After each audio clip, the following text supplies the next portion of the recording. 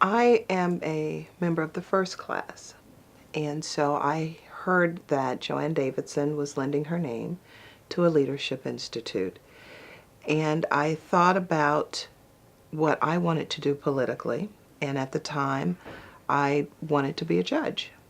And I know that you have to run a campaign to do that.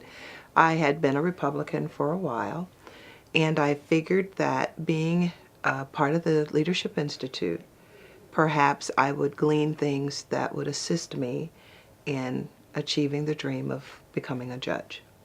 The classes that we were given covered how to run a campaign, the strategies of running a campaign.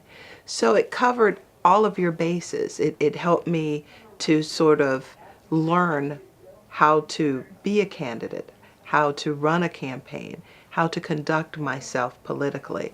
But then it also gave me the network and the support base from the other members of the Institute. The JoAnn Davidson Leadership Institute is a gift that keeps on giving.